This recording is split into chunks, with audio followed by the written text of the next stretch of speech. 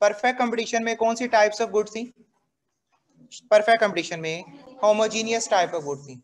इसी तरह मोनोपोली में फिर कौन सी गुड्स थी?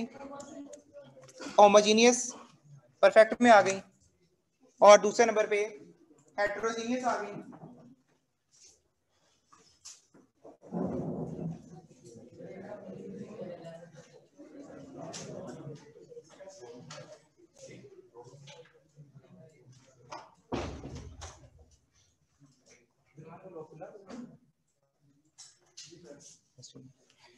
अच्छा, पहले नंबर पे परफेक्ट कंपटीशन के हवाले से हम डिस्कस कर रहे थे कि उसमें होमोजीनियस गुड्स हैं। सेकंड, मोनोपोली में हम लोगों ने कहा था कि एक ही चीज होती है जिसका कोई क्लोज सब्स्टिट्यूट अवेलेबल नहीं है।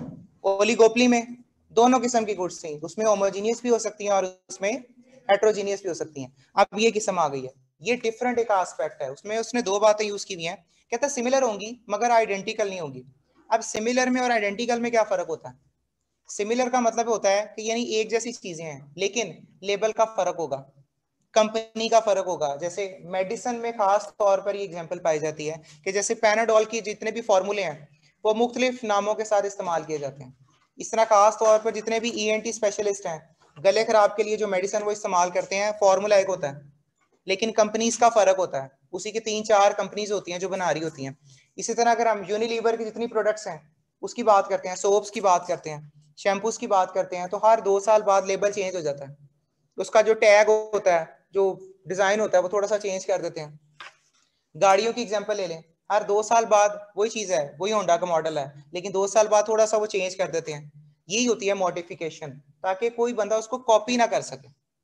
अब बेसिकली जितने भी आपके सोप्स हैं, जितने डिटर्जेंट्स हैं, जितने भी आपके ये जो गाड़ी बाइक्स की बात कर लें, मोटर कार की बात कर लें, तकरीबन एक जैसे काम है, वर्किंग भी तकरीबन एक जैसी है, लेकिन ब्रांड का फर्क है, लेबल का फर्क है। इसी तरह फास्ट फूड की बात करते हैं हम लोग, पिज्जा नॉर्मल एक ही मशीन है, वहीं से हर चीज करनी होती है, राइट लेफ्ट थोड़ा बहुत 19-20 का ही फर्क होता है, लेकिन क्या ब्रांड का फर्क है। और इसी तरह हम कॉन्शियस होते हैं कि जी हमने ये ब्रांड की चीज जो है, इस ब्रांड की प्रोडक्ट जो है वो कंज्यूम करनी है।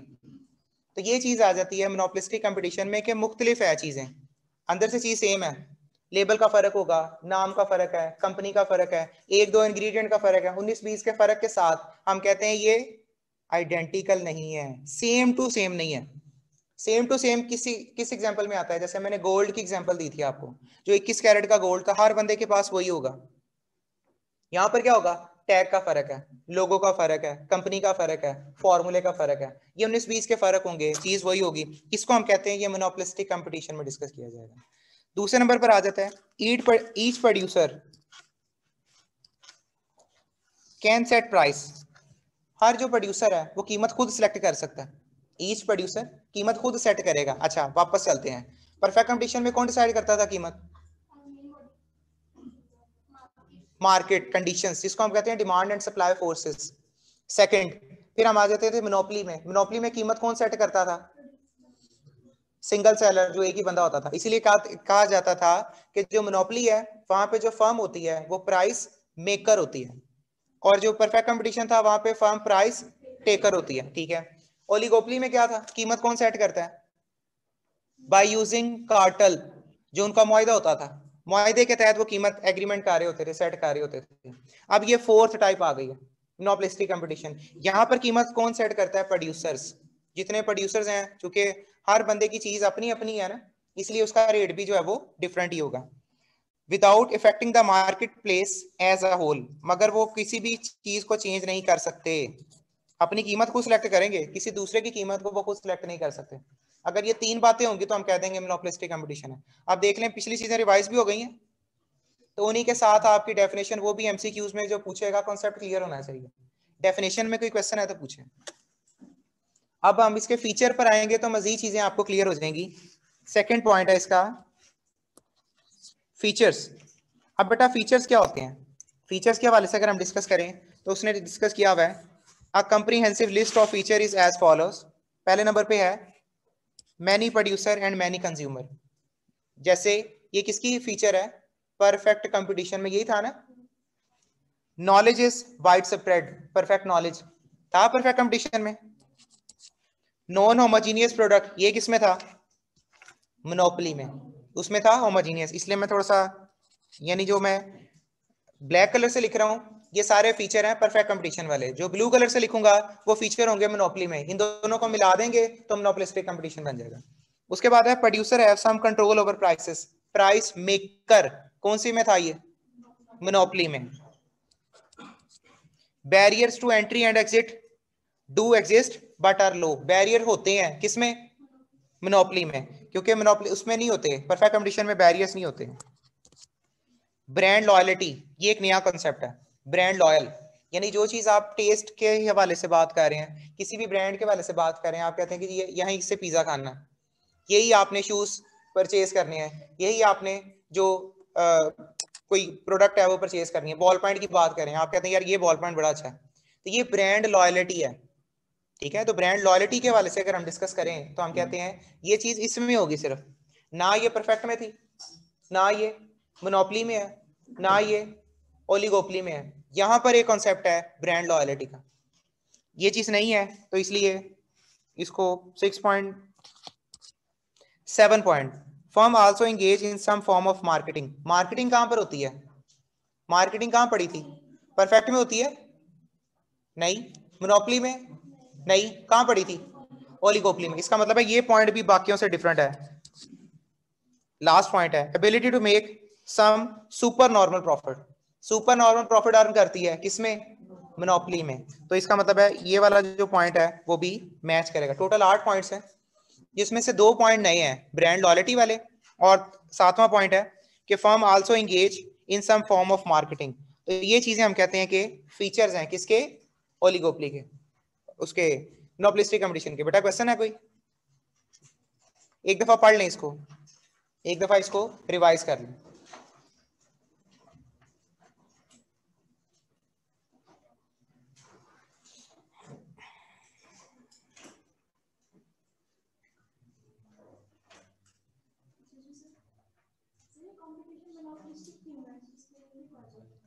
हर बंदे के पास डिफरेंट चीज है, उसके बावजूद वो कंपटीशन में लगा हुआ है।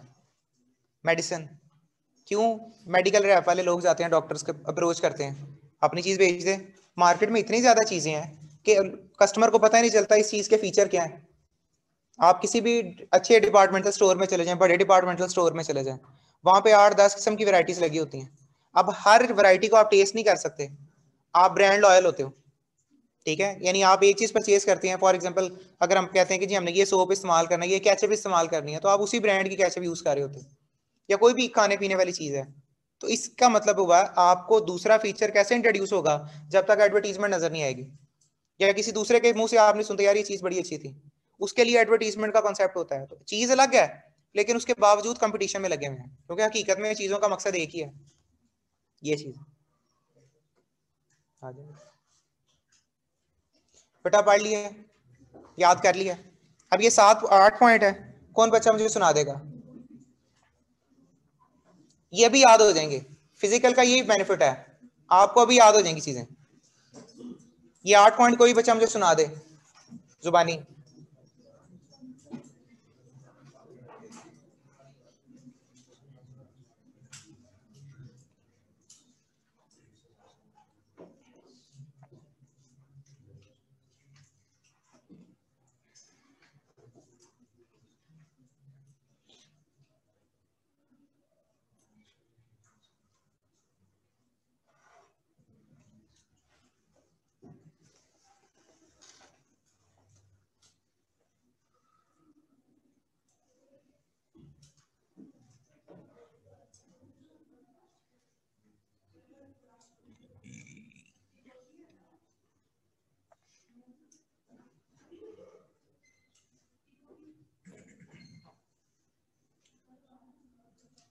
जी बेटा, कोई सुना दे बॉयज में,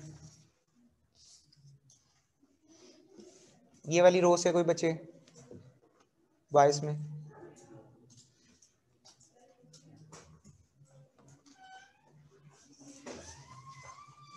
जी बेटा, बॉयज वाली रो से चले, पूरी क्लास से कोई बच्चा विलिंग है सुनाने को। 8 पॉइंट है, दिल तो सबका कर रहा है मैं सुनाऊं, सर मेरे से ही पूछ लें, है ना।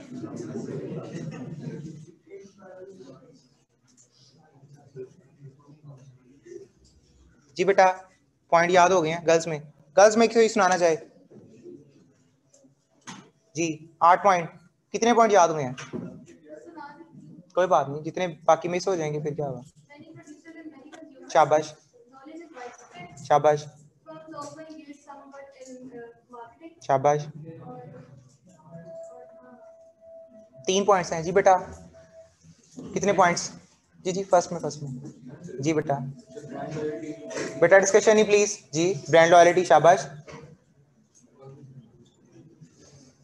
बेटा, एक दफा देख लें उसको, रिवाइज कर लें उसको। आई कैप भी फिर यही कहेगा कि बड़े पास कर दिए मैंने, और भी बड़े थे इनको पास कर दिए। देख लें बेटा इसको जी बेटा। लास्ट में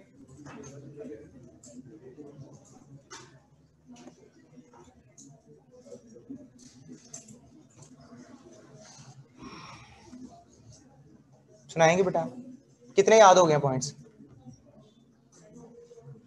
जितने भी हो गए बता दूं। नॉन होमोजीनियस, शाबाश।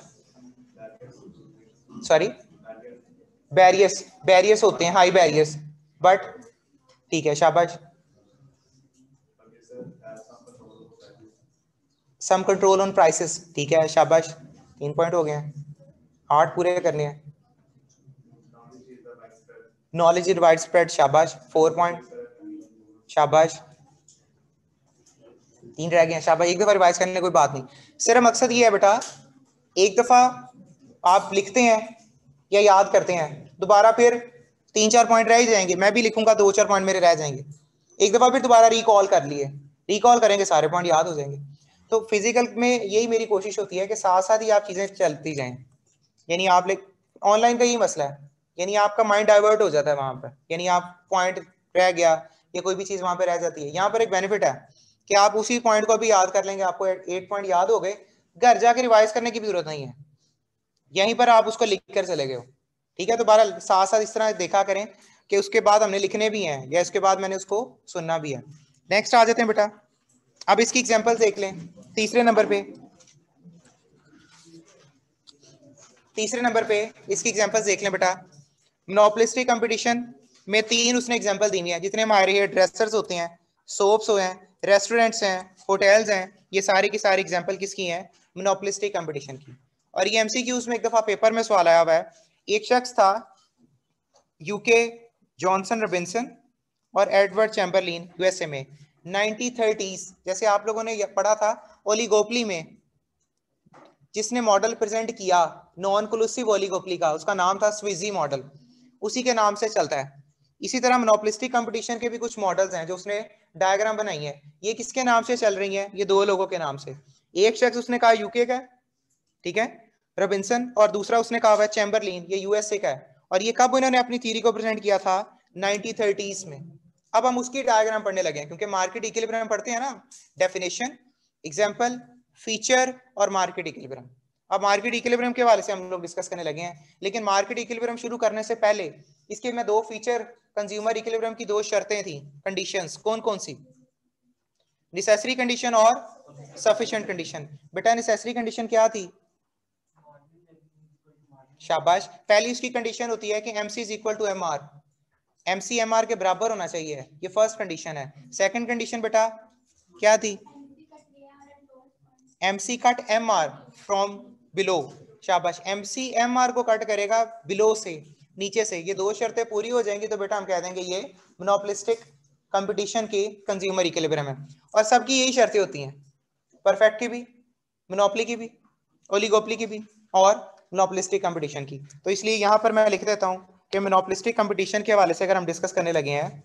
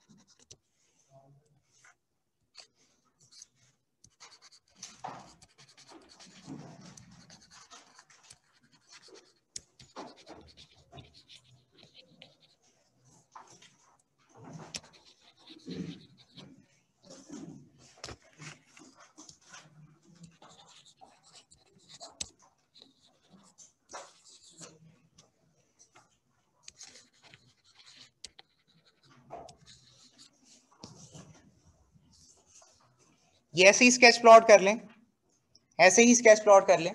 अब इसमें एक बात आपको याद रखनी पड़ेगी, मोनोपोलिस्टिक कंपटीशन में, अच्छा पहले बारी बारी चलते हैं। परफेक्ट कंपटीशन में ए आर और एम आर सेम थे, पैरेलल। मोनोपोली में डिफरेंट थे, ठीक है। और ओलिगोपोली में कोई खास पैटर्न नहीं होता, ये आपने कहा था वो कर्व उसकी किंग शेप होती है, ये कार्टेल बन जाता है। इसमें क्या होगा, इसमें भी मोनोपोली की तरह के ए आर और एम आर में फर्क होगा, ए आर और एम आर में फर्क होगा। अभी आप लोगों ने नोट नहीं करना, सिर्फ बोर्ड की तरफ देखिएगा बेटा, सिर्फ बोर्ड की तरफ देख लें। मैं उसकी सिंपल एक कर्व प्लॉट करने लगा हूं।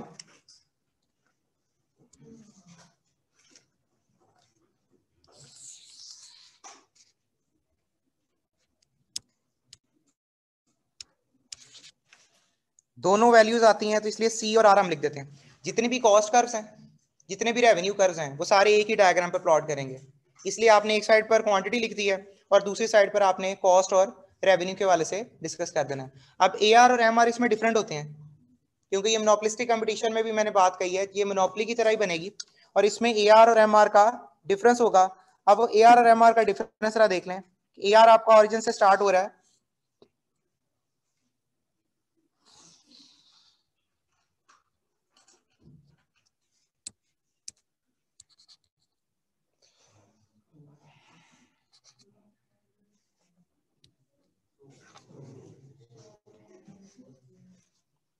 एक तो परेशान हो जाते हैं यार तुम लोग।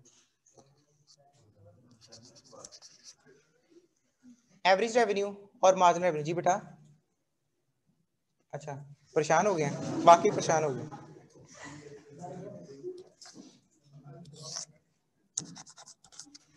ए आर एम आर डिफरेंट है। एमसी कर्व, उसका इक्विलिब्रियम प्लॉट करें जरा, आगे मैं डिस्कस करता हूँ।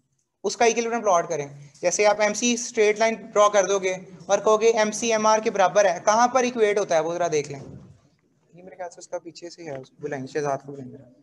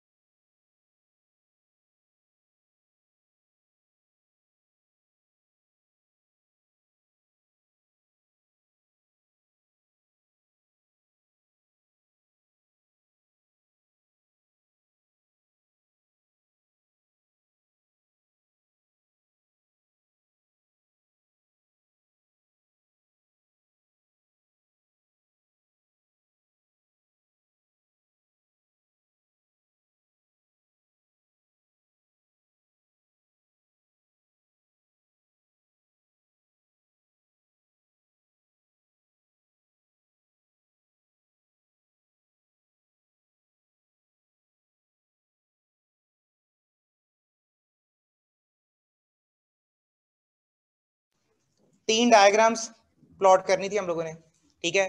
सबसे पहले नंबर पर एक शॉर्ट रन है और दूसरे नंबर पर एक लॉन्ग रन है। लॉन्ग रन के 2 केसेस थे और शॉर्ट रन वाला एक ही केस था, ठीक है। अब इसके अकॉर्डिंगली हम लोगों ने डिस्कस करना है। अब शॉर्ट रन में इक्विलिब्रियम हम लोगों ने कैसे प्लॉट किया, शॉर्ट रन में इक्विलिब्रियम हम लोगों ने कैसे प्लॉट किया उसको जरा देख लें। अब शॉर्ट रन के इक्विलिब्रियम के हवाले से जरा देखिएगा, इक्विलिब्रियम बनता कहां पर है, जहां पर एमसीएमआर के बराबर है। अगर एमसीएमआर के बराबर होगा वो इक्विलिब्रियम पॉइंट सेट हो जाएगा, ठीक है। तो यहां पर एक इक्विलिब्रियम पॉइंट सेट था, यहां पर एक इक्विलिब्रियम पॉइंट जो है वो सेट है। अब इधर एमसी और एमआर आपस में इक्वेट हो गए, इधर एमसी और एमआर आपस में इक्वेट हो गए, तो यहां पर हमने लिख दिया कि ये वाला जो पॉइंट है वो इक्विलिब्रियम पॉइंट है। इसी तरह सारों में यही मैंने कहा था कि आप लोगों ने इक्विलिब्रियम पॉइंट्स को इक्वेट करना था, जितने भी इक्विलिब्रियम पॉइंट्स हैं वो आप लोगों ने इक्वेट किए हैं। तीनों में अभी तक सिर्फ ये मैंने बनवाया है, same as it is monopoly में भी आप लोगों ने ऐसे ही बनाया था कि पहले ए आर कर्व फिर एम आर कर्व। अब मैंने जो देखा है आप लोगों ने 2 गलतियां की हैं, पहले वो समझ लें। एक बात तो ये, जब आप ए आर और एम आर प्लॉट कर रहे हैं आप एक पॉइंट से नहीं बना रहे। ए और एम आर काफी बच्चों को मैंने बताया भी था, वो काफी बच्चों ने आगे से आके प्लॉट किया था, यानी वो यहां से शुरू कर रहे हैं इधर से। ये पहली बात तो, एक पॉइंट से शुरू होना चाहिए। अच्छा, दूसरी कुछ बच्चों ने ये भी काम किया हुआ है, गैप है, ऐसा भी नहीं करना, एक ही पॉइंट से शुरू होंगे और ये वाई एक्सिस पर शुरू होंगे। अब ये बातें मुझे शायद ना पता हो अगर ऑनलाइन आप कर रहे हो तो, अब इस वक्त पता चल रही है क्योंकि मैंने देखा है कि ये डायग्राम में गलती है। दूसरी गलती, काफी बच्चों ने जो इसमें कर्व बनाई हुई है, एवरेज कॉस्ट वाली कर्व, वो भी गलत बनाई थी, वो मैं ठीक करके बना रहा हूँ, इसलिए कह रहा हूँ सिर्फ स्क्रीन पे देख लें आप लोग। पहले इसको मैं रेस कर दूं जो एक्चुअल कर्व है। अच्छा, अब वापस आते हैं, इन्हीं डायग्राम में सिर्फ फर्क होगा एवरेज कॉस्ट का, सिर्फ फर्क किसका होगा, एवरेज कॉस्ट का। यही साथ साथ मैं बुक से भी मैच करवा दूं कि बुक में ये डायग्राम कहां पर चल रही है। ये monopolistic competition short run, monopolistic competition short run. यहां पर जरा एवरेज कॉस्ट देखें, ये एवरेज कॉस्ट कहां पर बनी हुई है, प्राइस से नीचे, प्राइस से नीचे। तो ये कौन सा केस होगा, शॉर्ट रन में abnormal profit, normal profit, loss, कौन सा केस है, प्राइस से नीचे एवरेज कॉस्ट है, एबनॉर्मल प्रॉफिट, ठीक है। इसका मतलब है शॉर्ट रन में सिर्फ एक ही केस होता है एबनॉर्मल प्रॉफिट का। तो यहां पर हमने शॉर्ट रन में एबनॉर्मल प्रॉफिट बनाना है, अभी बाद में बनाते हैं, समझ लें पहले। शॉर्ट रन में सिर्फ एक ही केस होगा, इसको कहते हैं एबनॉर्मल प्रॉफिट।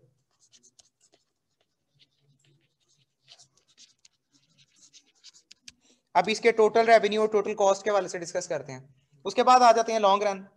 टोटल रेवेन्यू क्या होगा, कॉस्ट क्या होगी, अभी बात की बात है, मैंने कभी नोट नहीं करना आप लोगों ने। उसके बाद आ जाते हैं लॉन्ग रन।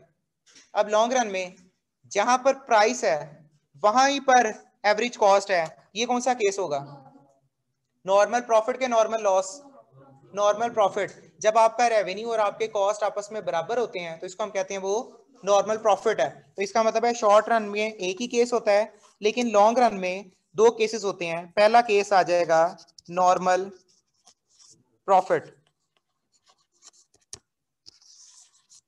थर्ड केस, ये भी बनाते भी हैं सर, मैं ये बता रहा हूं कि शॉर्ट रन के केसेस कौन से हैं, लॉन्ग रन के केसेस कौन से हैं, क्या डायग्राम देख के आपको पता चलता है। उसके बाद आप ये देखें, ये लॉन्ग रन का केस है, उसने कर्व कहां पर बना दिया है, प्राइस से ऊपर। जब आपका एवरेज कॉस्ट प्राइस से ऊपर बनेगा, ये कौन सा केस होता है, नहीं ना ये शट डाउन है या ना ये नॉर्मल लॉस है। क्यों, यहां पर एवीसी का बताया ही नहीं, एसी कर्व दोनों में ऊपर होता है, आप लोगों ने परफेक्ट कंपटीशन में देखा था। अगर एवरेज कॉस्ट कर्व प्राइस से ऊपर होगा ये लॉस है, लॉस में भी ऐसे ही होता है एक बात, और शट डाउन पॉइंट में भी ऐसे ही होता है।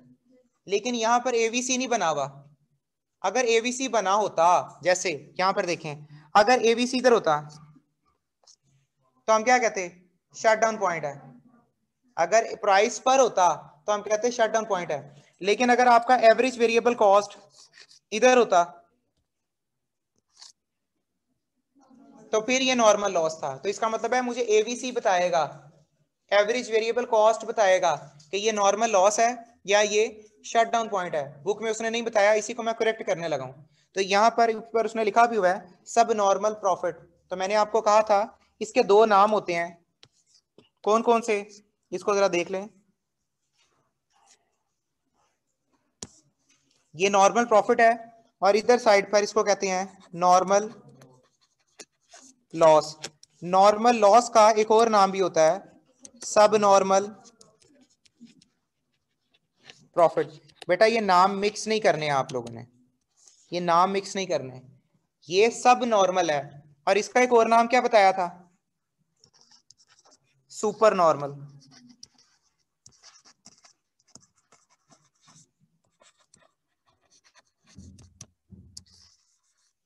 नाम मिक्स नहीं करने। आप जरा एक एनालिसिस कीजिएगा बेटा, शॉर्ट रन में कितने केसेस हैं, एक केस है। लॉन्ग रन में कितने केसेस हैं, दो केसेस हैं। तो आप देख लें आपके सामने है कि शॉर्ट रन में एबनॉर्मल प्रॉफिट है, लॉन्ग रन में नॉर्मल प्रॉफिट होता है, और लॉन्ग रन में एक दूसरा केस होता है नॉर्मल लॉस का या सब नॉर्मल प्रॉफिट का। फर्क इसमें किसका आएगा, सिर्फ कॉस्ट के वाले से जो है इसका वो डिफरेंस आएगा। अब कॉस्ट के वाले से अगर इसका डिफरेंस आ रहा है तो उसमें क्या करेंगे हम लोग, अब नोट नहीं करना, सिर्फ स्क्रीन पे देख लें आप लोग। अगर ये एबनॉर्मल प्रॉफिट है, अगर तो ये एबनॉर्मल प्रॉफिट है तो एवरेज कॉस्ट कर्व कहां पर बनेगा, प्राइस से ऊपर नहीं, ऊपर बनता है लॉस का। ये प्राइस से हमेशा नीचे वाले कर्व में आप लोगों ने ड्रॉ करना है।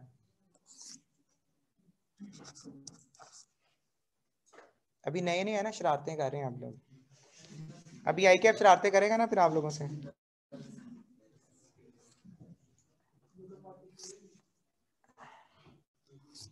ये आपको ही पता है, हमें नहीं पता इस चीज का। वैसे एवरेज कॉस्ट प्राइस के वाले से है, ठीक है। तो प्राइस जब इक्विलिब्रियम पॉइंट पर आ गई है, जब इक्विलिब्रियम पॉइंट पर आ गई है, इसको हम कहते हैं नॉर्मल प्रॉफिट। अच्छा, अब एवरेज कॉस्ट अगर इक्विलिब्रियम से ऊपर चली है तो अब ये लॉस है। अब इसमें शेडेड एरिया कौन सा होगा, इसमें शेडेड एरिया कौन सा होगा, वही आप जो एमसीएमआर के बराबर आपने एक पॉइंट कट किया हुआ है, इसी को पैरेलल ऊपर उठा लेंगे। एमसी को एमआर के पैरेलल, सुन लें, एमसी को एमआर की पैरेलल ऊपर उठाएं, वहां से लाइन स्ट्रेट कर लें, वो शेडेड एरिया बनेगा। अब यहां तक डायग्राम प्लॉट करें, आगे मैं बताता हूं। एवरेज कॉस्ट कर्व बनाएं, एवरेज कॉस्ट कर्व प्लॉट करें।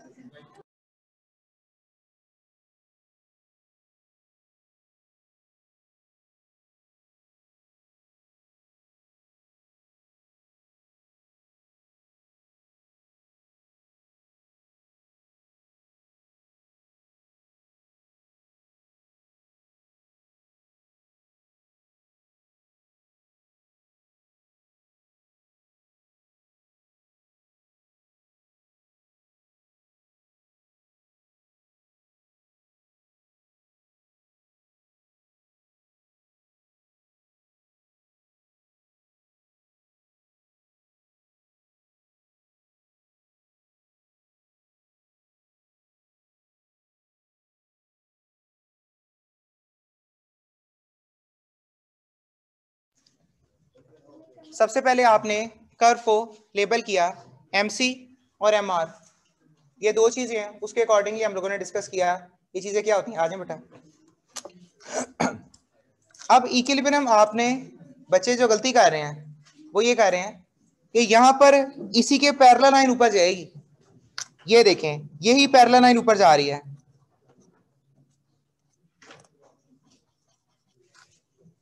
जो आपने एक कर्व डिसाइड कर लिया MC is equal to MR है, उसी के पैरेलल लाइन ऊपर जाएगी।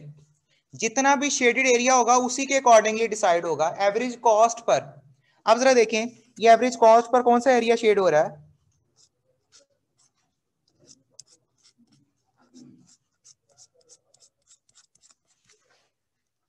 क्लियर है पॉइंट? इसको लेबल कर देते हैं। और एक बात याद रखा करें, जो लेबल करने को कह रहा हूं, अगर लेबल उसी अंदाज से नहीं करेंगे तो वो काम खराब होगा। आप ये देखें, एक प्राइस है ऊपर वाली साइड पर, चूंकि वो कॉस्ट कर्व है, इसको C रख लें, ठीक है, क्योंकि कॉस्ट को अभी साथ ही लेबल नहीं करेंगे तो डेविएट हो जाएगी, खराबी आ जाएगी। इसका नाम रेड कर लें, इसको आप X कह लें या इसको आप A कह लें, B कह लें, आपकी मर्जी है, X Y। ये सिर्फ शेडेड एरिया मैंने बताना था इसलिए इसको लेबल किया, अदरवाइज आप जो मर्जी PQRB रख सकते हैं। अच्छा, ये कर्व में भी काफी बच्चे गलती कर रहे हैं। ये कर्व तो ठीक है, यहाँ पर रेवेन्यू और प्राइस सेम ही रहेगी, इसमें भी गलती हो रही है। कुछ बच्चे जो मैंने ऑब्जर्व किए हैं, जब डायग्राम आप लोग प्लॉट कर रहे हैं, मैंने यही कहा है MC और MR का पॉइंट सेम रहेगा, वो लाइन स्ट्रेट एक दफा चली जाएगी, प्राइस पर चली जाएगी। अब देखें वो पॉइंट कहां पर कट कर रहा है, वो पॉइंट कट कर रहा है बेटा इधर, उसी पैरेलल लाइन के अगेंस्ट। देखें यहां पर जो तीसरी डायग्राम थी उसमें यहां पे पॉइंट था ना, तो हमने इसी के ऊपर पैरेलल कर दिया था। यहां पर इसी के पैरेलल नीचे देखें तो ये वाला लाइन है, ये वाला शेडेड एरिया है। अब ये शेडेड एरिया शेड कर दें। अब इधर साइड पर एक ही नाम रखना है C, क्योंकि आपको ये पता चलता है एवरेज कॉस्ट पे हमेशा C वाला पॉइंट आता है, कॉस्ट वाला पॉइंट आता है। और इसके नाम लेबल कर दें, इसको कह दें X Y। अब एक पूरा एनालिसिस कर लें कि कैसे आप लोगों ने उस कर्व को डिस्कस किया।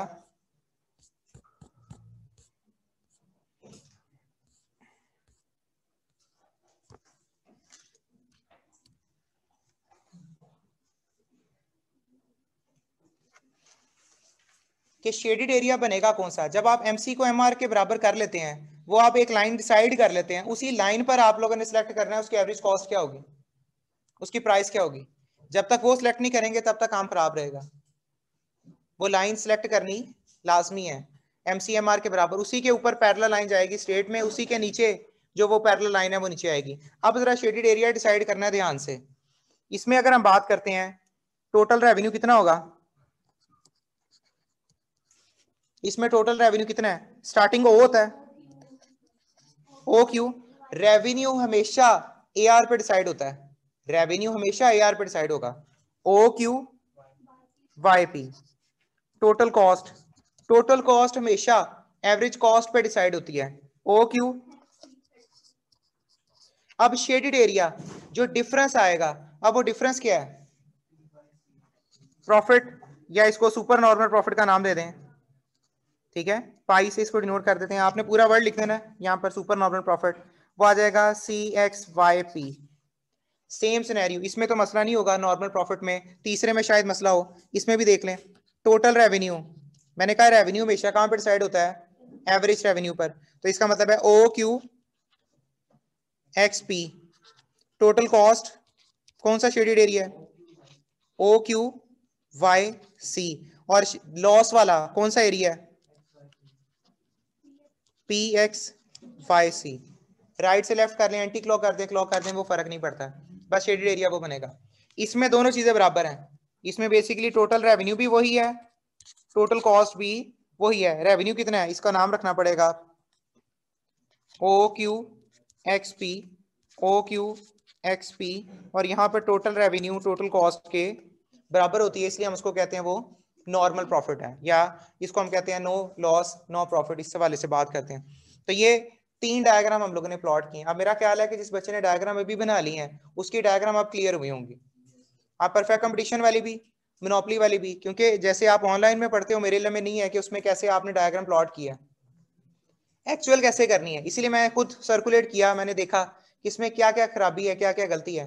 तो इस तरह अगर साथ ही बना लोगे ना जैसे अभी मैंने डायग्राम प्लॉट किए हैं, क्योंकि मेरी कोशिश ये होती है, मैं कभी भी बुक से नहीं कहूंगा कि यार ये बुक में डायग्राम है, ये देखो ऐसे बनी हुई है, खुद ही बना लो। नहीं, मैंने जितनी भी डायग्राम थी मैंने खुद बनवाई थी, कि आपको पता चले कर्व बनानी कैसे है, डायग्राम कर्व आती कहाँ से, एवरेज कॉस्ट में क्या पॉइंट है।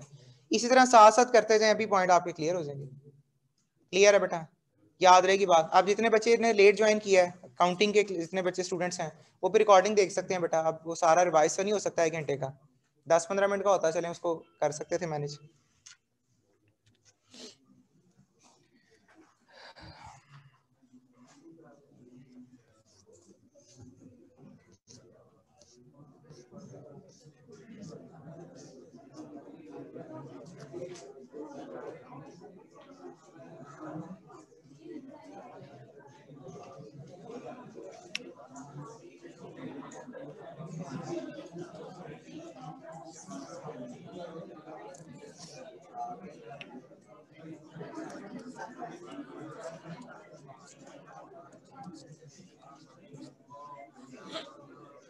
अच्छा बेटा, डिस्कशन नहीं बेटा, डिस्कशन नहीं। अब एडवांटेजेस हैं मोनोपोली के हवाले से बेटा, एडवांटेजेस हैं मोनोपोली के हवाले से, मोनोपोलिस्टिक कंपटीशन के हवाले से। जैसे हम लोगों ने ओलिगोपोली के भी पढ़े थे, फिर हम लोगों ने मोनोपोली के भी पढ़े हैं, एडवांटेजेस और डिसएडवांटेजेस सेम लाइक डिसएडवांटेजेस हम डिस्कस करने लगे हैं मोनोपोलिस्टिक कंपटीशन के हवाले से। तो पहला इसका फायदा क्या होता है, नो सिग्निफिकेंट बैरियर्स, कोई खास किस्म के इसके बैरियर्स नहीं होते। डिफरेंशिएशन इंक्रीज, यानी आपकी जो वैरायटी होती है, कस्टमर के पास बेशुमार वैरायटी है, जो मर्जी चीज परचेज कर सकता है। मोर एफिशिएंट देन मोनोपोली, ये मोनोपोली से ज्यादा एफिशिएंट होती है ये वाली, क्योंकि मोनोपोली में आपको पता था कभी भी वो एफिशिएंसी अचीव नहीं करता था। आप लोगों ने 3 किस्म की उसकी इनएफिशिएंसीज पढ़ी थी।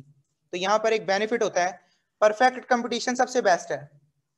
उसके बाद दूसरे नंबर पे आता है मोनोपोलिस्टिक कंपटीशन, और तीसरे नंबर पर आ जाती है मोनोपोली। इसका मतलब है मोनोपोली सबसे हाईली रिकमेंडेड होती है, यार ये हार्मफुल है, ये नुकसान का सबब है, क्योंकि उसमें प्राइस सबसे ज्यादा होती है।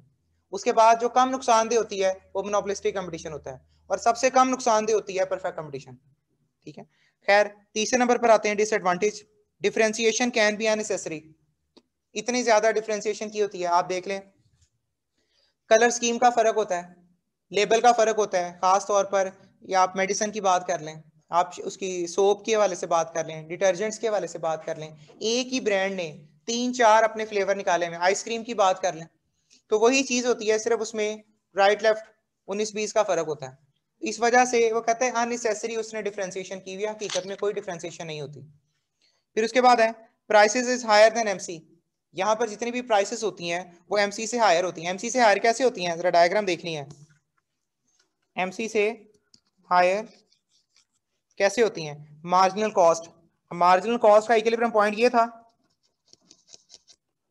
जितने भी कर्व आप लोगों ने बनाए हैं वो सारे इक्विलिब्रियम से ऊपर बनाए। हाँ, एक बच्चे का मैंने गलती नोट की थी, मैंने कहा था मैं बताता हूँ, लेकिन एक्सप्लेन नहीं हो सकी, वो दोबारा देख लें जरा। ये जो इस डायग्राम में गड़बड़ है, वो बच्चे ने क्या किया हुआ था, पता नहीं मुझे किसका, मैंने चेक किया है, ये इक्विलिब्रियम पॉइंट है, ये प्राइस वाला पॉइंट है। जब आपने एवरेज कॉस्ट बनानी है ना, तो इन दोनों के दरमियान में बनानी है। अगर इसी ई पर बना देंगे ना, तो शेडेड एरिया का फर्क पता नहीं चलेगा। इस वजह से जब भी आपने एबनॉर्मल प्रॉफिट की डायग्राम प्लॉट करनी है, तो आपने पी और ई के दरमियान में एवरेज कॉस्ट गुजारनी है, फिर वो डिफरेंस शेडेड एरिया क्लियर हो सकता है। ठीक हो गया, याद रहेगी बात, यहां तक कोई मसला तो नहीं है। तो ये मोनोपोलिस्टिक कंपटीशन की डायग्राम के हवाले से हम लोगों ने डिस्कस किया। कोई क्यूरी है तो पूछ लें, कोई क्वेश्चन है तो बताएं अभी तक। जी बेटा,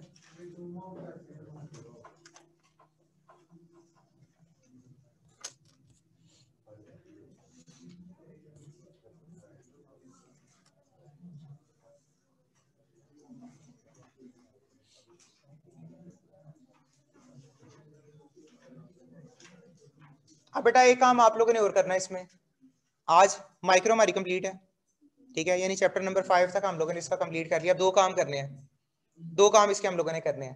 पहला काम तो एक करने लगा हूं, क्योंकि मुझे एक एनालिसिस अभी हुआ है, अगर फिजिकल ना आते शायद मुझे इस चीज का इल्म ना होता। आपकी डायग्राम में बहुत गलती है, जितनी डायग्राम आप लोगों ने मोनोपोली की बनाई है, जाहिर बात है उसमें भी ये गलतियां होंगी। परफेक्ट कंपटीशन की जितनी गलतियां हैं वो भी अभी पता चल जाएंगी क्या है क्या नहीं है। अब एक दफा रिवाइज कर लें, परफेक्ट कंपटीशन के टोटल कितने केसेस थे, 5 केस थे, 4 शॉर्ट रन के थे, 1 लॉन्ग रन का केस था। मोनोपोली में एक ही केस था। परफेक्ट कंपटीशन की कितनी डायग्राम हो गई हैं? 5। मोनोपोली की एक, टोटल हो गई हैं 6 डायग्राम्स। फिर आ जाते हैं ओलिगोपोली। ओलिगोपोली की कितनी डायग्राम थी? 2 नहीं, वो एक ही कंसीडर करेंगे। जो पिंक डिमांड कर्व है ना, उसमें सिर्फ एमसी वाली बनानी है हमने, एक वो वाली और एक क्लूसिव ओलिगोपोली। 2 उधर से आ गई, 8 डायग्राम हो गई। 8 के बाद ये मोनोपोलिस्टिक कंपटीशन की कितनी डायग्राम है? 3, 11 डायग्राम। क्लियर है? याद रहेगी बात। ये 11 की 11 डायग्राम एक दफा रिवाइज करें, अभी बनानी है। जो गलती होती है अभी क्लियर हो जाए, जो गलती होती है अभी क्लियर हो जाए।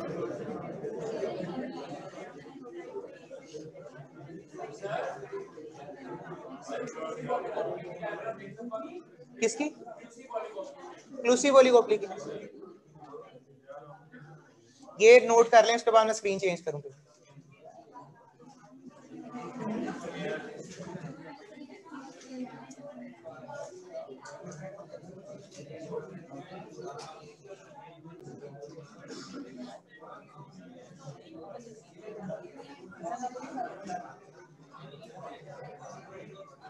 बेटा ऑनलाइन वाले जितने बच्चे हैं, क्वेश्चन है तो पूछ लें।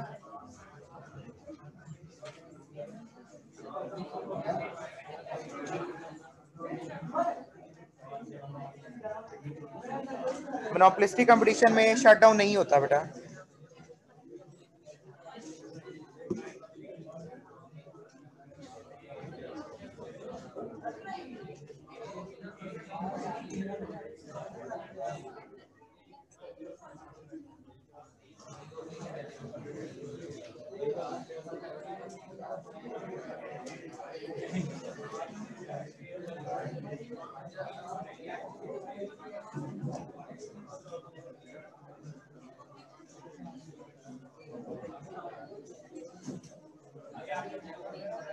अच्छा बेटा, लास्ट में डिस्कशन नहीं, सारे केसेस में बारी बारी खुद दोबारा प्लॉट करवा देता हूँ, ठीक है?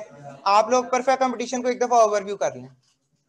परफेक्ट कंपटीशन के जो बारी बारी करते हैं ना, परफेक्ट कंपटीशन के जो 5 केस थे, एक दफा उसको ओवरव्यू कर लें, फिर मैं जरा स्क्रीन पे उसको डिस्कस करता हूँ।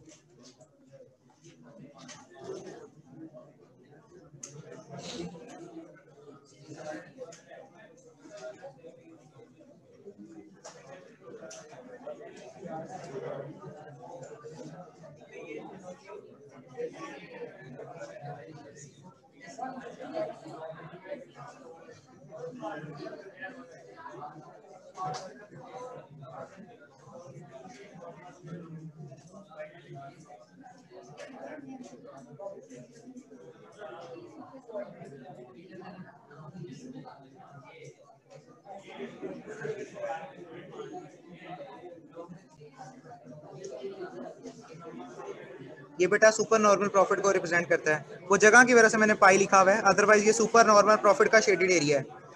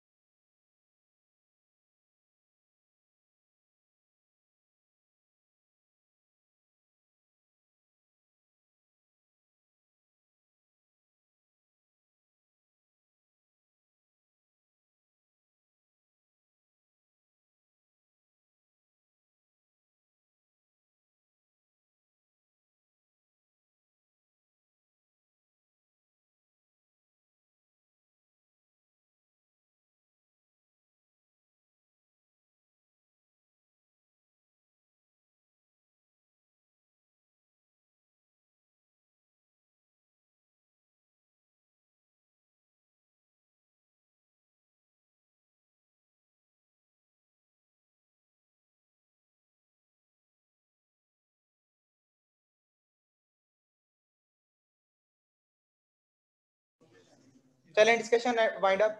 नेक्स्ट, अब परफेक्ट कंपटीशन में हम लोगों ने 5 केस पढ़ने, अभी मैं डिस्कस करने लगा हूँ। सबसे पहले 4 केस शॉर्ट रन के, लॉन्ग रन का भी पेंडिंग कर देते हैं, यानी बाद में बनाएंगे। शॉर्ट रन में 4 केस बनाने हैं आपने, और ये डायग्राम ऐसी होनी चाहिए हॉरिजॉन्टल, यानी पेज पर वर्टिकल नहीं रखना आपने, इसको हॉरिजॉन्टल कर लो। उस पे सबसे पहले इक्विलिब्रियम बनाना है, बस AR MR बराबर होंगे, इस साइड पर प्राइस आ जाएगी, और उसका MC कर्व हम लोगों ने प्लॉट करना है। ठीक है, सिर्फ 4 डायग्राम में इक्विलिब्रियम बनाना है, आगे मैं करवाता हूँ। 4 डायग्राम का इक्विलिब्रियम करना है, बाकी मैं करवाता हूँ।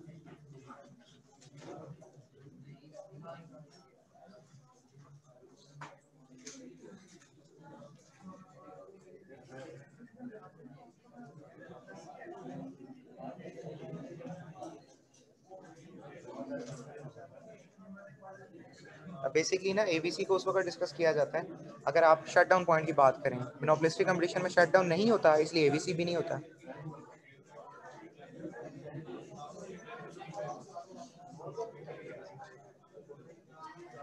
MC और MR को जहां पे कट करेगी बस वहां तक डायग्राम बनानी है।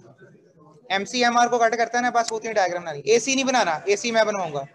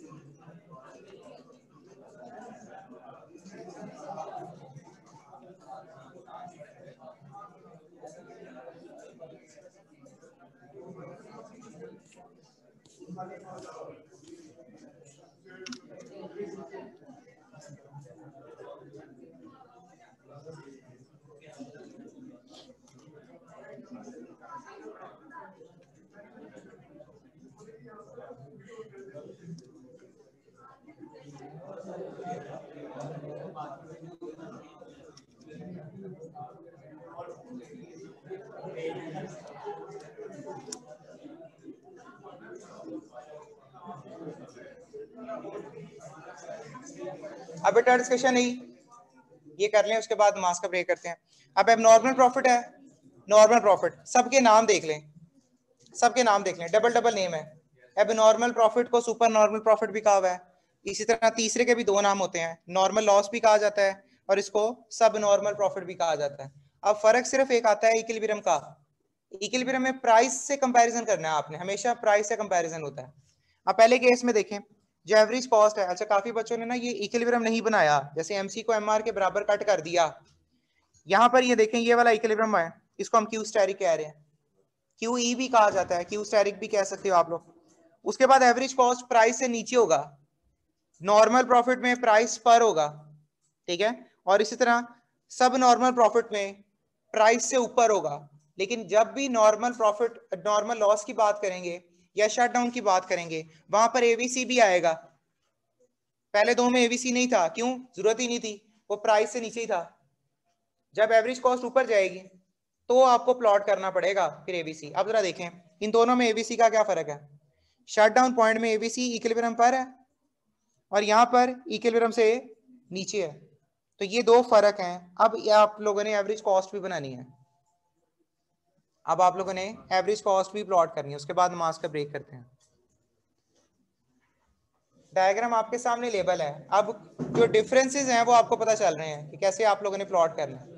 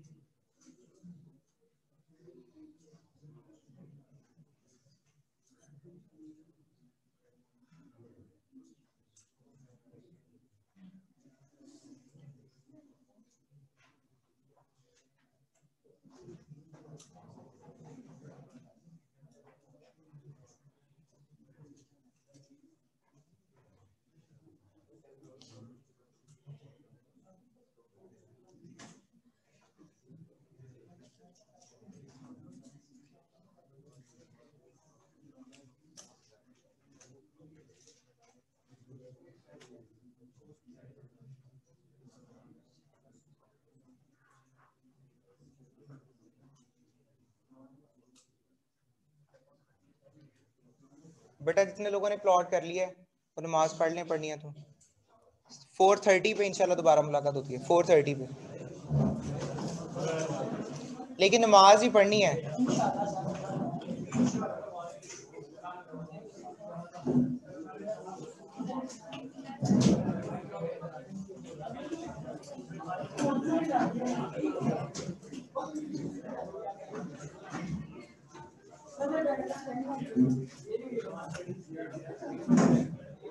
भाजी क्या हुआ है?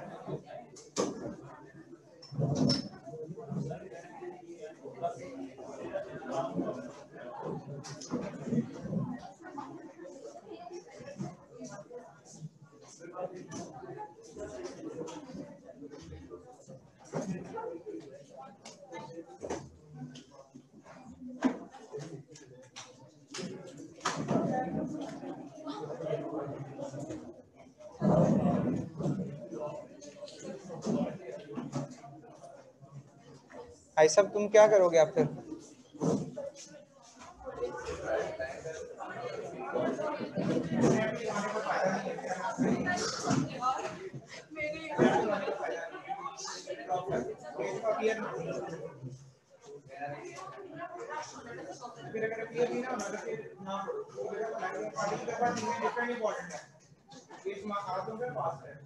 आप लोगों में बेशुमार चीजें हैं जिसमें वो बेशुमार बड़ी इंपॉर्टेंट है।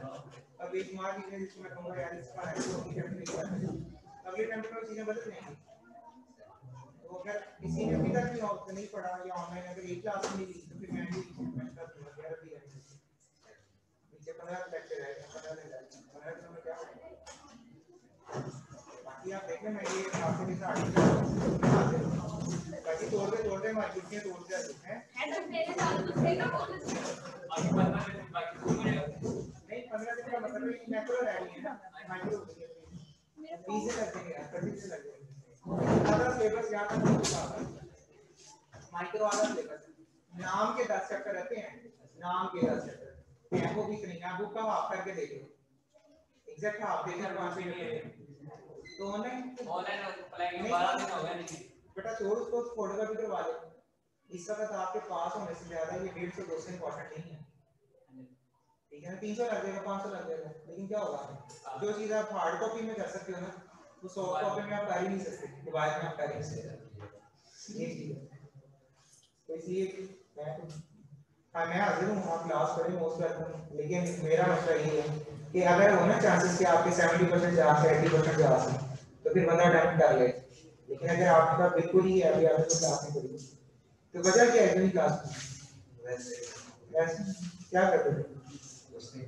पेड़ भी कुछ नहीं करते ये इस तरह के लोग होते हैं जो देखो ना रोड पे बड़ी स्पीड जा रहे होते हैं और बंदा सोचते यार कि बंदा बड़ा मसरूफ है हालांकि मसरूफ सिर्फ बोलने का आ जाए मैं सोने तेरा भी वही हाल है क्योंकि या तो बंदा कोई और हो ना कि वो डिग्री कर रहा है बैचलर के बीकॉम के पेपर दे रहा है उसका तो करना भी कुछ नहीं कि 5 दिन की क्लास बस शुरू से ड्रॉप के टाइम तो फिर आज क्या दिन बन गया मेरा इंतजार करने है अरे ये मास्टर की वजह से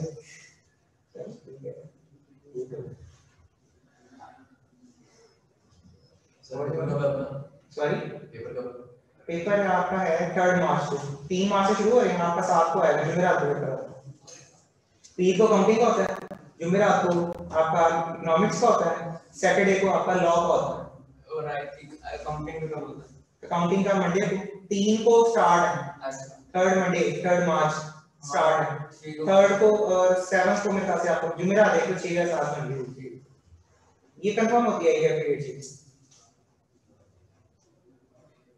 तो बहरहाल अब ये प्लस पॉइंट है आप लोग के लिए कि आपकी फिजिकल क्लासेस स्टार्ट हो गई, क्योंकि मेरे पास ज्यादा रूम है करवाने का आपको। अब मुझे हर बच्चे की राइटिंग का पता चल रहा है।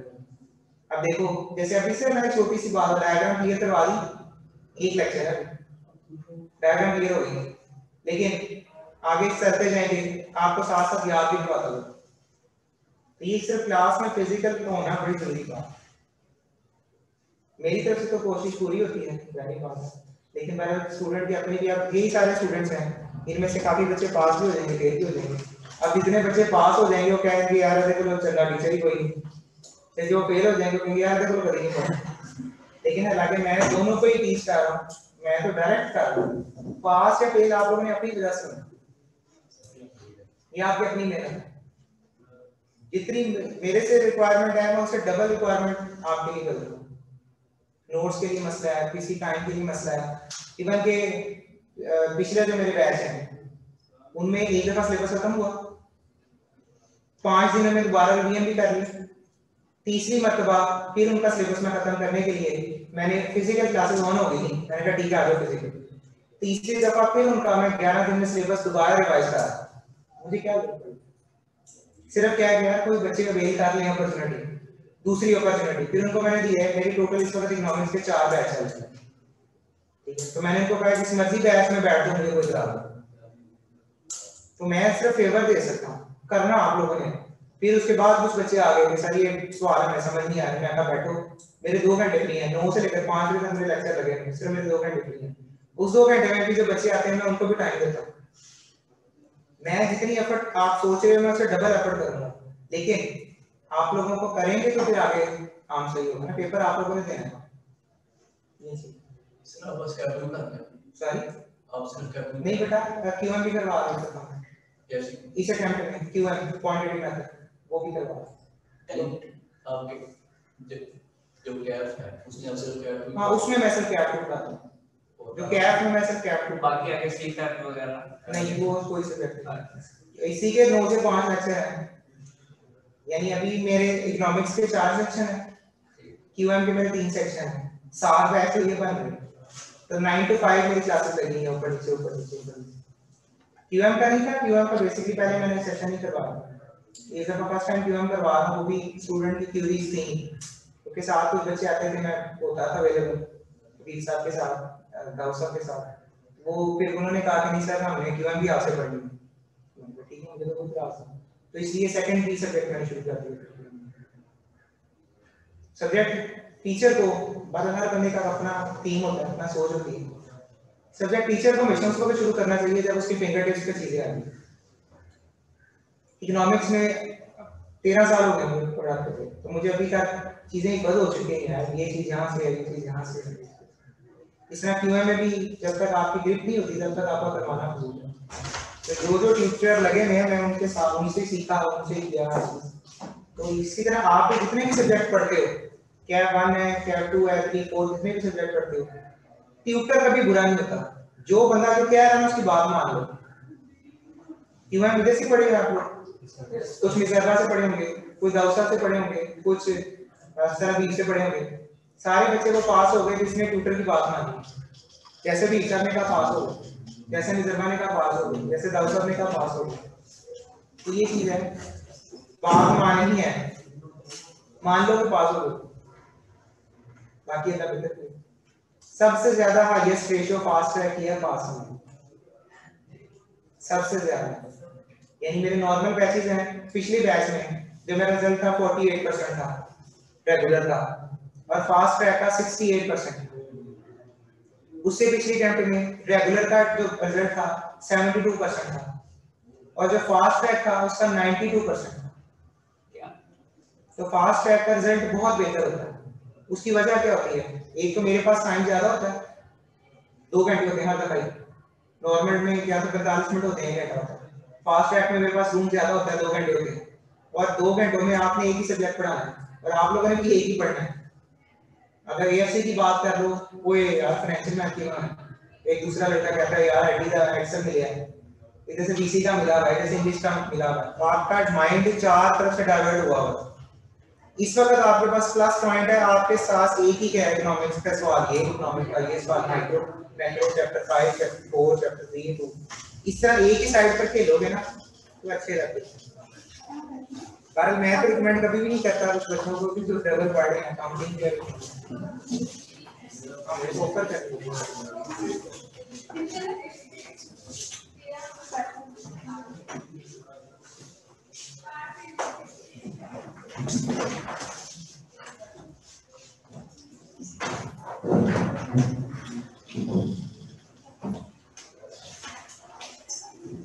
आप लोग तुम लोग इसी कटी बैठ गए, अच्छा स्पेस खत्म हो गई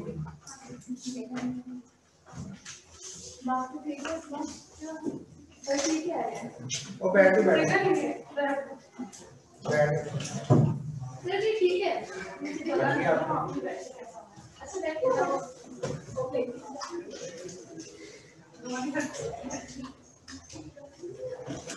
क्या ब्रेक से पहले नहीं थी शायद मेरे ख्याल से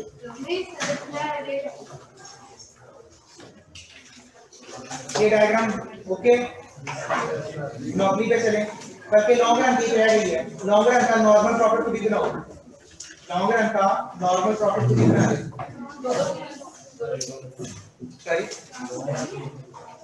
लॉन्ग रन दी जाएगा सेम टू सेम आएगा, बस इसमें थोड़ा सा बेंट ज्यादा हो जाएगा, थोड़ा सा बेंट ज्यादा हो जाएगा।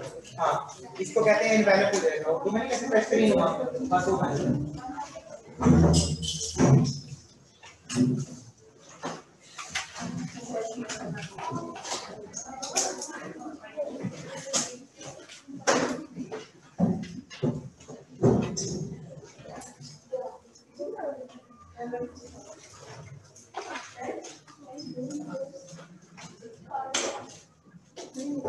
वाइट में यार नंबर एक लगता है सर वो कामरान में बाहुबली कौन सा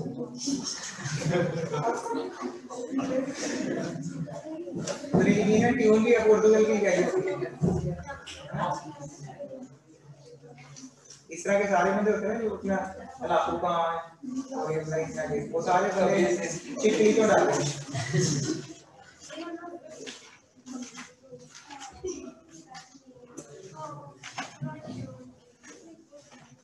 गर्ल्स में तो जीआर का नेगेटिव बिलिंग है या पिछले सेक्शन में जो जीआर हो पिछले सेक्शन में सॉरी आपकी बेटा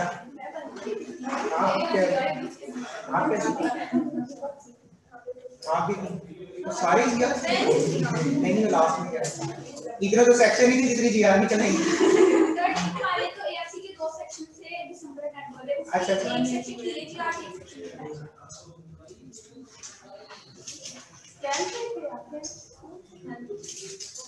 बेटा वो अमेरिका से इंपोर्ट किया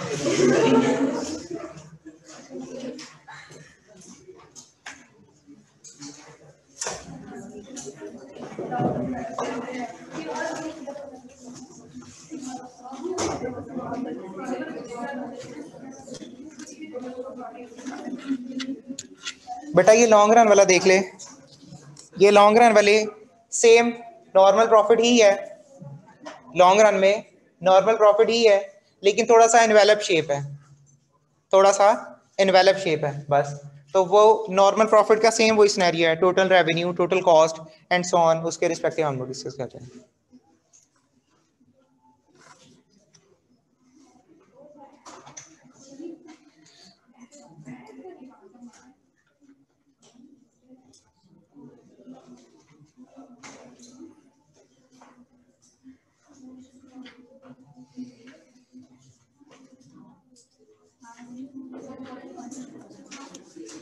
जी बेटा फिर नेक्स्ट मोनोपोली के हवाले से डिस्कस करें, ठीक है।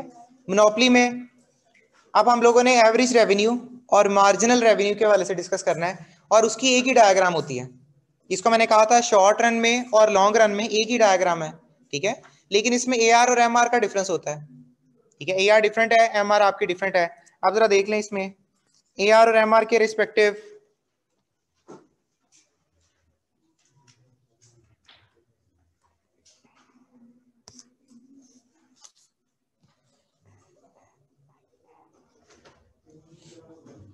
शॉर्ट रन और लॉन्ग रन इक्विलिब्रियम, पहले एआर प्लॉट करें, जैसे अभी आपने मोनोपोलिस्टिक की बनाई है सेम वैसे ही है, मोनोपोलिस्टिक की तरह ही सेम ये डायग्राम है, प्लॉट कर लें ताकि डायग्राम आज खत्म हो जाए। आगे आज नहीं करवा रहा, सिर्फ इसीलिए कि पिछली तरह रिवाइज हो जाए, एक दफा माइक्रो खत्म हो जाए, फिर हम मैक्रो पर आ जाएंगे कल से इंशाल्लाह। कल टेस्ट भी है चैप्टर नंबर 4 का, 3 to 5 क्लास है ना, 2 to 3, 2 से 3, फिर 5 से 6 मुझे करने में तो एतराज कोई नहीं है, 5 to 6 कर लें।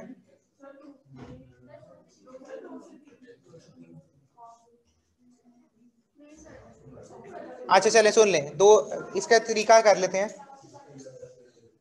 एक तरीका कर लेते हैं, जितने बच्चों की अकाउंटिंग की क्लास है, जितने बच्चों की अकाउंटिंग की क्लास है वो बच्चे क्लास के बाद टेस्ट दे दें, ठीक है। जितने बच्चों की टेस्ट अकाउंटिंग की क्लास नहीं, यानी सिर्फ इकोनॉमिक्स ही पढ़ रहे हैं, वो बच्चों 2 से 3 आ जाए, ठीक है। डबल शिफ्ट कर लें, कोई इशू नहीं है, ये भी पॉसिबिलिटी है। अकाउंटिंग की क्लास कितने बजे शुरू होती है? 2 बजे, 1 से 2 कर लो टेस्ट, मुझे तो कोई इतराज नहीं।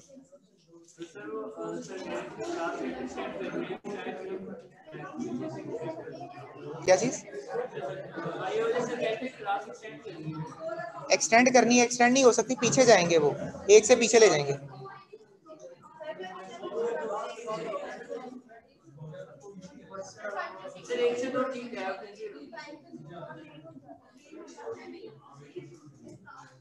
अच्छा फिर बात सुन ले बेटा, 1 से 2 टेस्ट कर दूं सारे स्टूडेंट्स का?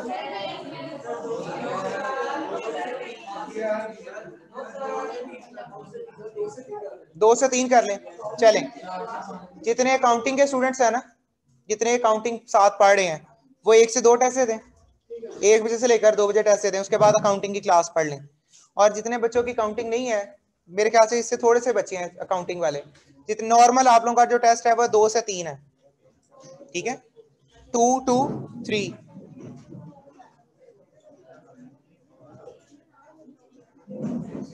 यार ये सीआर बनने के लिए कोई विलिंग है? जो पहले कौन सीआर था? कामरान, कामरान था, कामरान इंदिरा। नीचे जा, आदिल साहब बैठे होंगे, आदिल साहब कैफ मैनेजर हैं, उनसे पूछने सर सर ने ना कल टेस्ट का टाइम रखा है 2 से 3, तो क्या ये रूम अवेलेबल है? 2 से 3 में 101 रूम अवेलेबल है, मुझे बता।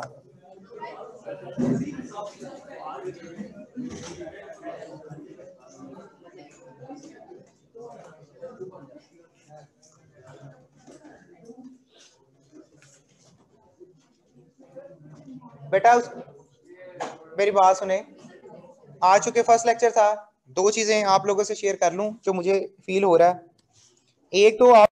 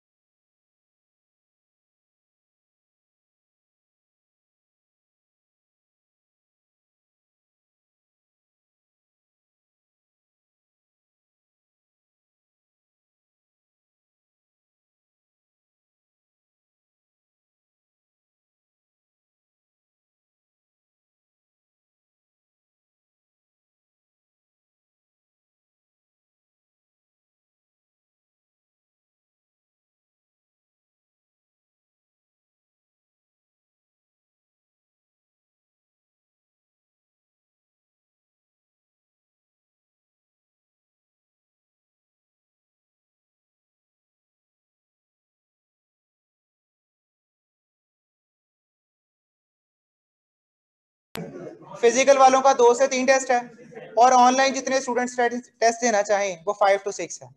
ठीक है, ऑनलाइन वाले बच्चे 5 से 6 बजे टेस्ट दे दें, और जो फिजिकल है वो 2 से 3 टेस्ट। ठीक हो गया। अच्छा बेटा, अब डिस्कशन नहीं, बेटा लास्ट में अब बोर्ड की तरफ देख लें जरा। मोनोपोली में आप लोगों ने एक डायग्राम प्लॉट किया है जिसमें शॉर्ट रन और लॉन्ग रन का केस था। अब 2 डायग्राम रह गई हैं, वो मैं क्लियर कर दूं, क्योंकि 2 चीजों के पेपर में आने के चांसेस बहुत ज्यादा हैं। एक परफेक्ट कंपटीशन का, ये पेपर में आने के चांसेस बहुत ज्यादा हैं। दूसरे नंबर पे ओलिगोपली। अब ओलिगोपली की 2 डायग्राम्स थी, दोनों को मैं रिवाइज कर देता हूं ताकि आज 5 चैप्टर कंप्लीट हो जाएगा। तो उसके बाद फिर आज टेस्ट के हवाले से बात करते हैं, कब करना है चैप्टर 5 का टेस्ट।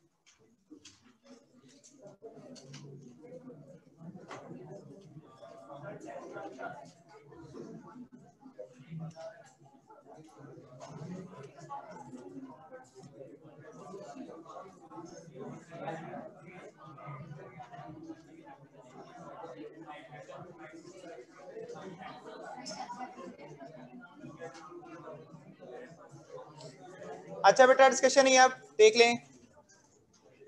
ये कार्टेल वाली डायग्राम है, ये कार्टेल वाली डायग्राम है। 2 किस्म की आप लोगों ने अप्रोचेस को डिस्कस किया था, एक है ओलिगोपली क्लूसिव मॉडल और एक है नॉन क्लूसिव। पहले हम डिस्कस करने लगे हैं क्लूसिव ओलिगोपली। क्लूसिव ओलिगोपली में क्या होगा, नॉर्मल डिमांड और सप्लाई वाली डायग्राम है। जैसे आप लोग डिमांड और सप्लाई को प्लॉट करते हैं, वैसे ही आप लोगों ने डिमांड और सप्लाई वाली डायग्राम को प्लॉट किया। और डायग्राम जो सप्लाई साइड वाली है, वो सप्लाई हमेशा पॉजिटिव स्लोप होती है, डिमांड हमेशा नेगेटिव स्लोप है। और इसका जो इक्विलिब्रियम है वो यहाँ पर होगा, ये हम पढ़ रहे हैं क्लूसिव ओलिगोपली। अब क्लूसिव ओलिगोपली के बाद अगली डायग्राम में क्या करना है, यानी इसके बाद आप लोगों ने क्या करना है, एक इक्विलिब्रियम प्राइस सेट हो जाती है। ये इक्विलिब्रियम प्राइस है। कार्टेल वाले लोग क्या करते हैं, जिन्होंने मुआहदा किया होता है, वो जानबूझकर अपनी क्वांटिटी को रेस्ट्रिक्ट कर देते हैं, क्वांटिटी को कम बेचना शुरू कर देते हैं। अब उन्होंने मुआहदा चुके किया होता है, इस वजह से उनकी जो क्वांटिटी होती है वो रेस्ट्रिक्ट होकर ही हो जाएगी। जब उनकी क्वांटिटी रिडक्ट हो गई, QC का मतलब क्या है, कार्टेल क्वांटिटी, वो वाली क्वांटिटी जो उन्होंने मुआहदे के तहत कम कर दी है। क्वांटिटी कम हो गई, हकीकत में इतनी होनी चाहिए थी मैक्सिमम, लेकिन उन्होंने जानबूझकर मुआहदा किया और क्वांटिटी को रेस्ट्रिक्ट कर दिया, कम कर दिया। जैसे ही उन्होंने क्वांटिटी को रेस्ट्रिक्ट किया तो क्या हो गया, उसके बाद आपकी जो प्राइस लेवल है उसमें इंक्रीज आ गया। ये देखें, क्वांटिटी कम हो गई, ऑटोमेटिकली जब भी मार्केट में शॉर्टेज क्रिएट होती है तो प्राइस बढ़ जाती है। मार्केट में जब भी शॉर्टेज होती है तो प्राइस बढ़ जाती है। तो ये आर्टिफिशियल शॉर्टेज होती है, जो कि जितने भी प्रोड्यूसर्स हैं उन्होंने खुद अपना कार्टेल बना लिया, उन्होंने खुद अपना एग्रीमेंट कर लिया। तो एग्रीमेंट की बुनियाद पर उन्होंने क्या किया, अपनी जो पॉलिसी है उसको कामयाब किया, जिसको हम कह सकते हैं कार्टेल बना लिया, मुआहदा कर लिया, एग्रीमेंट कर लिया। अब उसकी वजह से क्वांटिटी कम होगी, शॉर्टेज होगी, कीमत बढ़ जाएगी। उस मुआहदे का बेनिफिट हुआ, ये था कार्टेल, जिसमें एक्सक्लूसिव ओलिगोपली के नाम से उसको जाना जाता है। और ये कंट्रोल की जाती है डिमांड सप्लाई फोर्सेस के जरिए। इसमें डिमांड फोर्स होती है, सप्लाई फोर्स होती है। उसके बाद है बेटा नॉन क्लूसिव ओलिगोपली।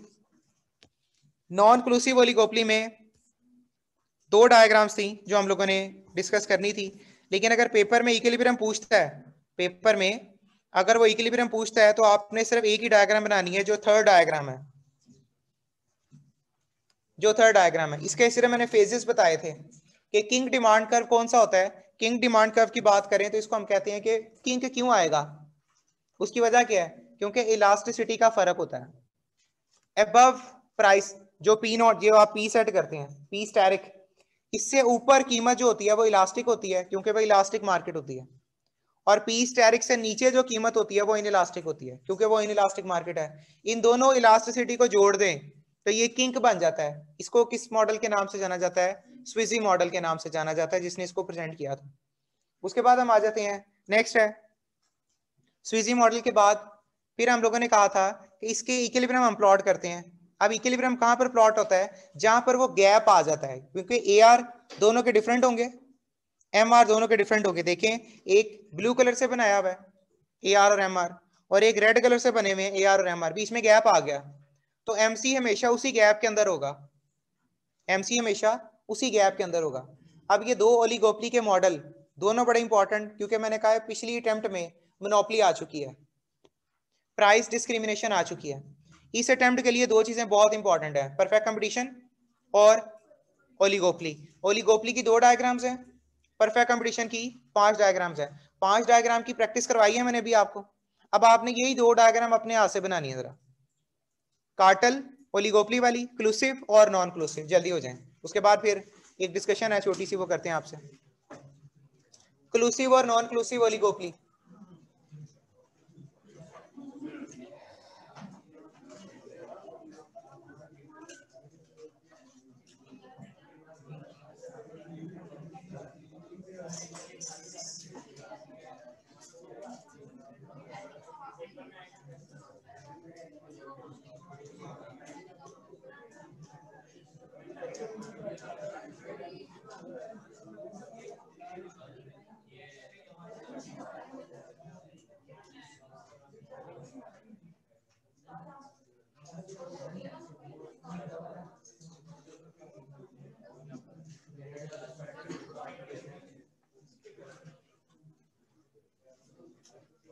वो कितना कम बोलती है बच्ची, कितना कम बोलती है तुम,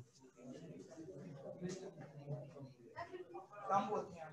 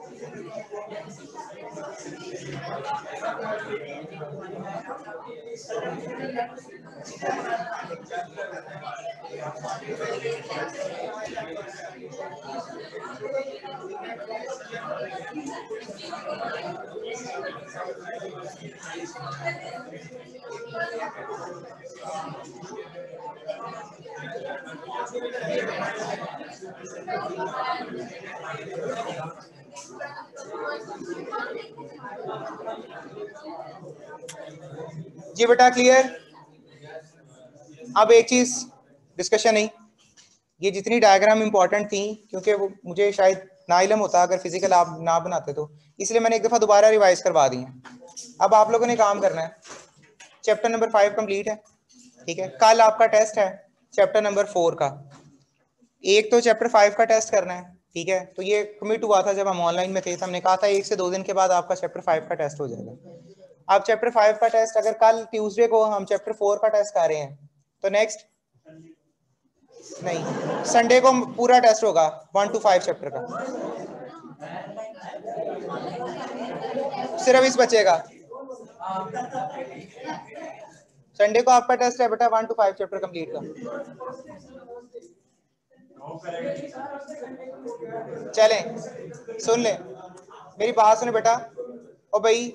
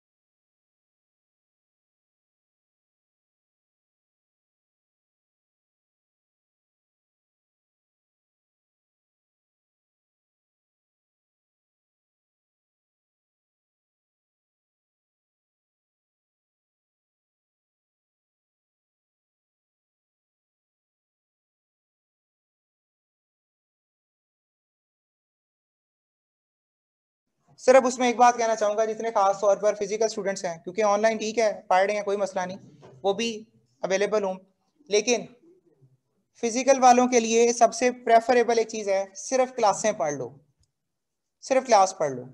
एक होता है कि जी आपको टाइम दे दिया कि जी आपने क्लास पढ़ ली है, उसके बाद आपने 4 घंटे घर जाकर पढ़ लेना।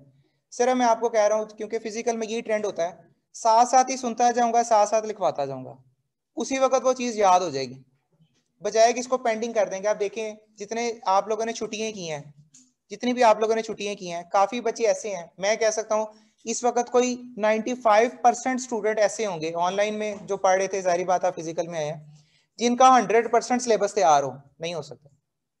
कोई 95% होंगे जिनका ऐसा तैयार होगा, जिनके नोट्स कंप्लीट है या जिसकी हर चीज कंप्लीट है। कोई ना कोई एक टॉपिक रह गया होगा, कोई ना कोई एक डायग्राम है जो रिवाइज करने वाली है।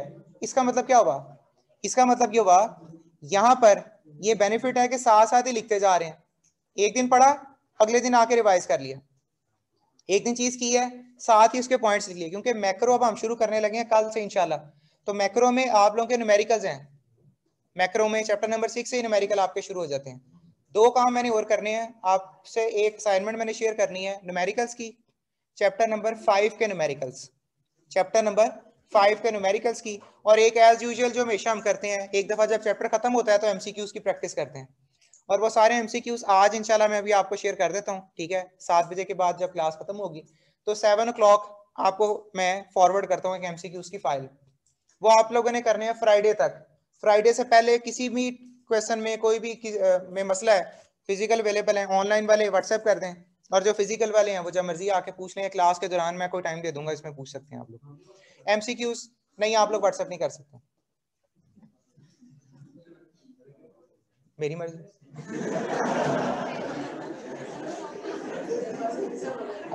चल तू कर ले, खुश हो जा। और बता यार, कर लेना। अच्छा तो बेटा फिजिकल में सिर्फ आपने क्लास पढ़ लेनी है, एमसीक्यूज की असाइनमेंट मैं भी शेयर कर देता हूँ। न्यूमेरिकल की कल की असाइनमेंट आपकी, क्योंकि आज हम लोगों ने नया काम नहीं किया, सिर्फ मोनोपोलिस्टिक कंपटीशन की डायग्राम की प्रैक्टिस की है और पिछलों को रिवाइज किया। तो आज सिर्फ आप लोगों ने काम करना है, यानी कल क्लास से पहले पहले आप लोगों ने सिर्फ एक काम करना है, वो न्यूमेरिकल की असाइनमेंट सॉल्व करनी है। न्यूमेरिकल की असाइनमेंट आप लोगों ने सॉल्व करनी है क्लास से पहले पहले, टेस्ट जो भी टाइम पहले होगा वो न्यूमेरिकल की असाइनमेंट करेंगे, या चलें उसको भी फ्राइडे का टाइम कर लेते हैं, फ्राइडे से पहले पहले कोई न्यूमेरिकल आपने पूछना है, एमसीक्यूज में से कोई आपने पूछना, मोस्ट वेलकम। न्यूमेरिकल पेपर में जो आता है यार 10 नंबर के तो कंपलसरी हैं, मस्ट हैं, इससे कम भी आ सकते हैं, ज्यादा भी आ सकते हैं, लेकिन एवरेज 10 नंबर के पूछता है न्यूमेरिकल। ठीक है बेटा, ऑनलाइन वाले जितने बच्चे हैं व्हाट्सएप मुझे सवाल पूछ सकते हैं। अल्लाह हाफिज।